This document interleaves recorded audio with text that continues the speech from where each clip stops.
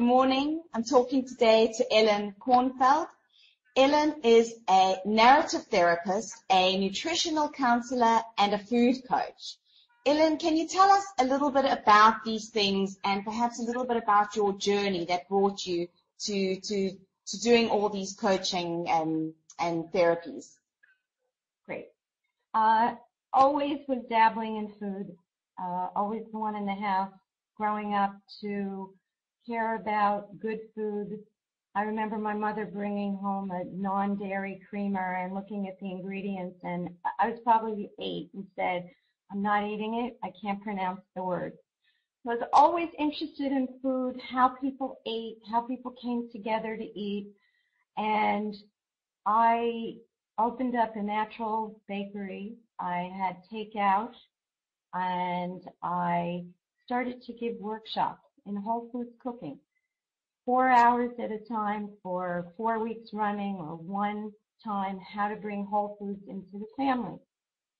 And people would always consult me about eating and foods and what do you suggest, and then I would start to sit with people and coach them on their diets and things like this. What became more and more obvious to me is it wasn't just about food. It was our stories behind food that each and every one of us come with. We'd sit after a workshop and people would share, and they would say how they're afraid to go in the kitchen, how they're afraid of food. My most successful one-on-one were men. You'd give them suggestions, and they'd do it. There weren't, in general, not all the time, there weren't packages coming. More and more, I started to deal with people's stories. I'd have calls from all over the world about disordered eating in women, young girls. And about 5-6 years ago, I became certified as a narrative therapist and started to work with people. I say I go backwards. I'm not doing a lot of workshops. I'm not doing a lot of one-on-one food coaching. I'm going back to the source. People are coming with their stories. There are reasons why we can't go in the kitchen and make a meal. There are reasons why we don't eat properly. There are reasons why we don't eat or why we find ourselves eating without control.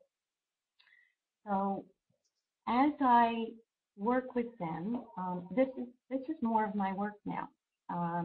Kind of not in the kitchen as much, although I do it.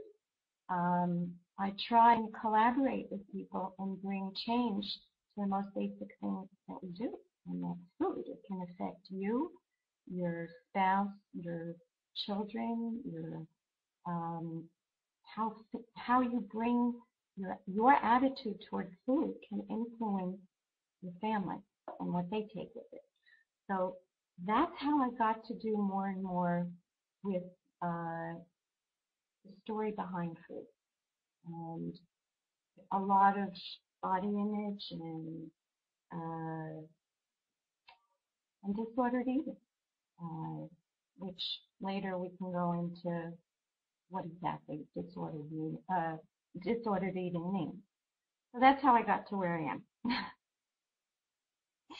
Thank you. And so obviously you don't only work with adults, that you'd be able to work with children as well. If a parent had a child that they were worried had an eating disorder, they could bring their child to you? Yes. Now, I've done workshops, especially in the summer, with children. Or I've had schools send me a student or two for, I call it food therapy in the kitchen. That stool in the kitchen and what people say around food creates magic. I get schools, especially with girls out of the country, who are observing some things that alert the staff, and I see these young teenagers.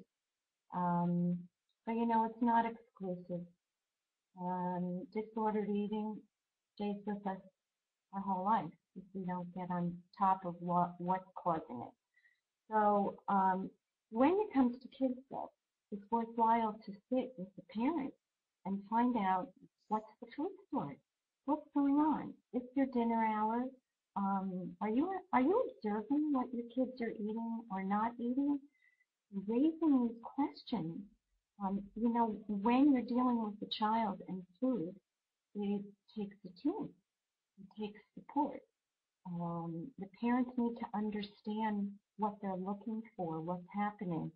And so I would tend to join with the parents, but when I see a teenager, for instance, it's important that they know that our conversation is ours. And it's not something I'm just going to share with the parent, because you need to gain trust. If they've worked themselves into behavior of not eating or what they're eating or purging, it's a story that's become known and friendly to them. And when they're ready to get out of that story, and they're ready that they don't need to do these things to make them cope or manage in the world, then we're ready to move on. And families need to understand it. Schools need to understand it. For me, as with any therapist, because I see couples and ostensibly they come in and they're not talking, my wife or my husband has an eating disorder. We start to open up what's going on, and then this story might creep in. I always look at this and encourage families that these are challenges, and in a way, they're good challenges. They open up the door for us to look at what's going on and to get to a better place. The sooner you do it, the better. I will say, working with disordered eating, it's been going on for 15, 20 years, is a little more complex than things we're noticing in a young kid, or things that are just getting started. So that's a little about that. Thank you. Thank you, Ellen. Thank you so much for talking to us today and telling us a little bit about your journey. Thanks. Have a good day. Bye-bye. You too.